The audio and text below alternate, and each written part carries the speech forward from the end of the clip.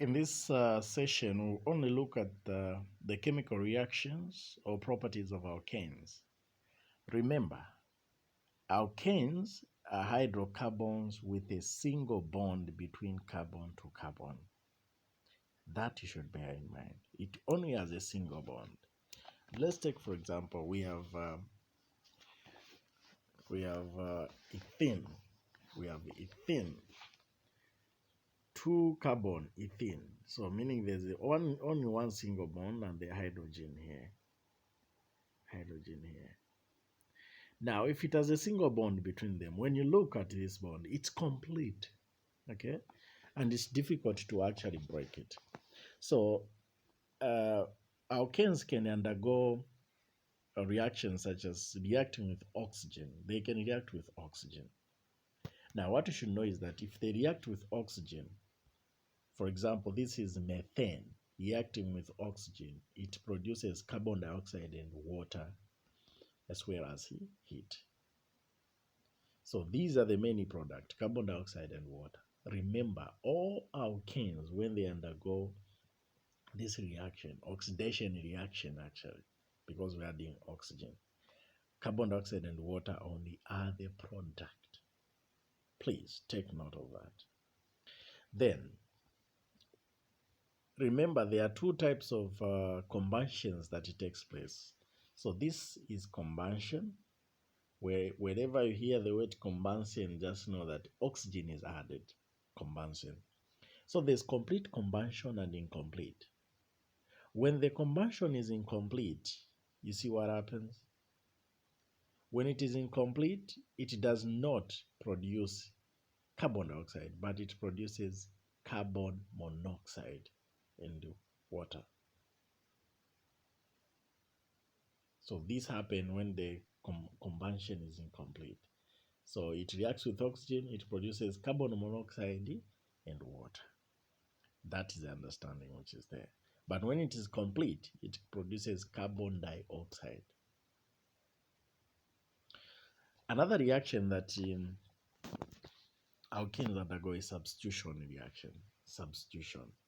Now, why do they substitute? Remember, they have bonds. All of them are bonded. So for another element to come, it means one hydrogen should come out. Should come out. You have this situation. So this is a complete bond. All of them are bonded. So if another element want to come, another molecule, it means one of the hydrogen should come out. That's why we call it undergo substitution reaction. Now it can undergo substitution reaction with one. It can react with halogens. Now halogens are group 7 elements. For example, chlorine and the bromine. Now at specific condition, for example, at high temperature and also when ultraviolet light is present. Okay? So when that happens, it forms what is known as chlorinated or brominated alkanes. Now, for example, this one reacts with chlorine. Okay? This is chlorine. So this is methane. When it reacts with chlorine, it produces what is called the chloromethane, and then hydrogen chloride at last. So that's what it means. Meaning that if it was like this,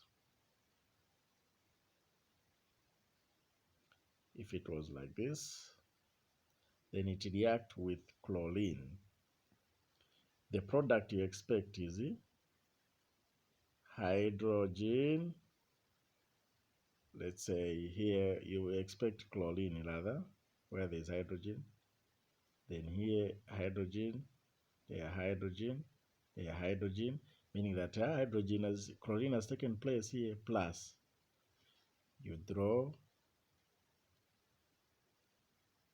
hydrogen chloride there.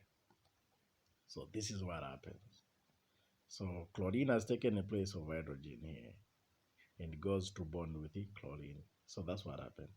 This occurs on substitution reaction.